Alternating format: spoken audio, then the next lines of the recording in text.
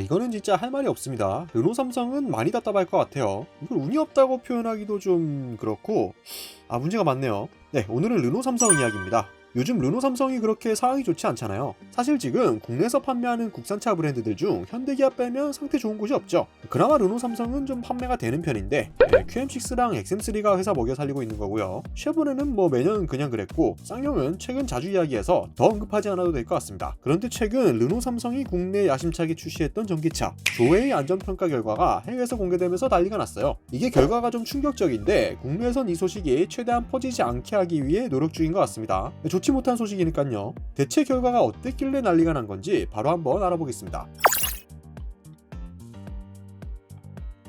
여러분들은 자동차 사실 때 어떤 걸 제일 중요하게 보시나요? 일단 보편적으로는 디자인이 중요하겠고요. 그 다음은 가성비나 성능 같은 걸 따지실 겁니다. 여기에 더하면 안전도도 굉장히 중요하죠. 에어백이 몇 개인지, 안전 관련 사양들은 얼마나 탑재되어 있는지 이런 것도 꼼꼼히 따지시는 분들이 많거든요. 심지어 안전도 테스트 결과까지 찾아보면서 이 차는 안전하니까 믿고 탈 수 있겠구나 하시는 분들도 계십니다. 안전 마케팅으로 성공한 볼보만 보더라도 이게 얼마나 중요한 건지 알 수 있잖아요. 그런데 최근 르노 삼성이 국내에도 판매하고 있는 전기차 조웨이 안전 등급이 별을 하나도 받지 못하는 충격적인 결과가 발표됐습니다. 지금 막 기사로도 보도가 되면서 난리가 났죠. 그런데 이러면 또 일각에선 저거 현토부가 르노한테 점수 짜게 준 거 아니냐 라고 하실 것 같아서 정확하게 말씀드리자면 국내가 아닌 유럽 신차 안전도 평가 기관인 유로 엔캠에서 실시한 결과입니다. 대체 왜 이런 처참한 결과가 나온 걸까요? 오래된 게 아니고 최근 소식입니다. 전기차 모델을 중심으로 한 유럽의 신차 평가 프로그램 충돌 테스트를 진행한 결과 유럽 시장 점유율 상위권을 차지하는 르노 조웨가 별을 실제로 하나도 못 받았죠. 혹시나 전기차는 내연기관보다 안전하지 않은 걸까라는 생각이 들 수도 있기 때문에 함께 테스트 받은 다른 전기차들을 좀 보면요. BMW iX와 메르세데스 벤츠 EQS는 최고 등급인 별 5개를 받았습니다. 그리고 전기차는 아니지만 제네시스도 테스트를 진행했는데요. G70과 GB70도 최고 등급인 별 5개를 받았습니다. 그 외 닛산 캐시카이, 스코다 파비아,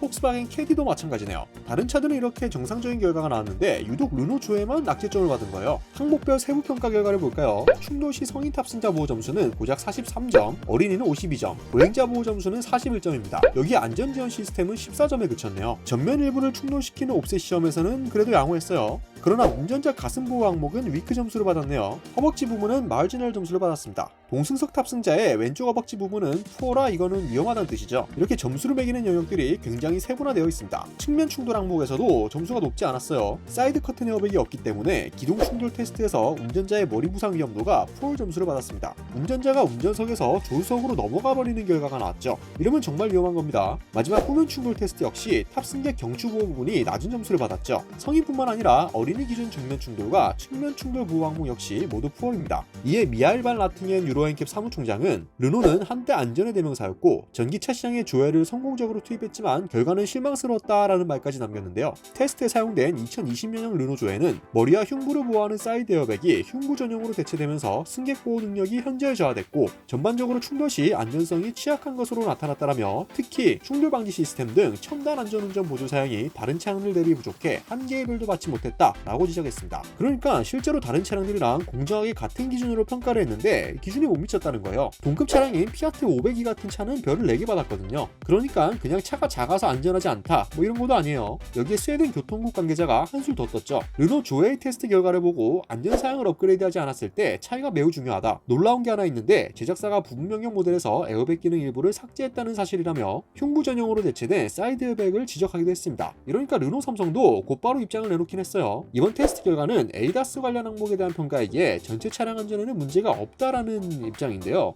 좀 이상하죠? 그러면서 르노 조웨는 자동 긴급 제동 장치 미장착으로 에이다스 관련 평가에서 0점을 받았는데 이건 안전성 평가 일부를 대상으로 했기 때문에 전체 안전성 평가로 볼 수 없다라는 주장을 펼쳤어요. 근데 이거는 좀 변명인 게 충돌 방지 시스템 요게 빠져서 세이프티 어시스트 부분 낙제점을 받은 거 맞습니다. 보니까 이건 옵션으로 추가가 가능하던데 테스트 차량에는 빠졌더라고요. 이 부분에선 사양을 추가하면 점수가 그만큼 올라갈 테니 그럼 이건 그렇다고 인정해 볼게요. 그런데 그 외 그냥 일반 충돌 관련 점수들도 다른 차량들 대비 매우 낮게 나온 점이 명확히 있는데 이 부분에 대한 말은 없습니다. 에어백 관련 이야기도 없고요. 이 부분은 추가적인 설명이 필요해 보입니다. 이 유로 NCAP 신차 안전도 테스트는 미국 IIHS 충돌 테스트 결과와 함께 되게 공신력 있는 자료로 인정을 받잖아요. 탑승자 보호 부분 평가에서 장애물을 향한 40% 오버랩 정면 충돌과 단단한 벽을 향한 100% 정면 충돌, 그리고 측면이나 기둥 충돌과 같은 다양한 변수를 가정하고 테스트를 진행하는 등 방금 보셨다시피 심사 기준과 체크하는 항목들이 매우 까다로운 평가로도 잘 알려져 있습니다. 그래서 제조사들도 IIHS나 유로 NCAP 안전 테스트에서 별 5개를 받으면 안전한 차라고 마케팅으로 많이들 써먹잖아요. 많은 소비자들 역시 이 테스트를 참고해서 차량을 구매하곤 합니다.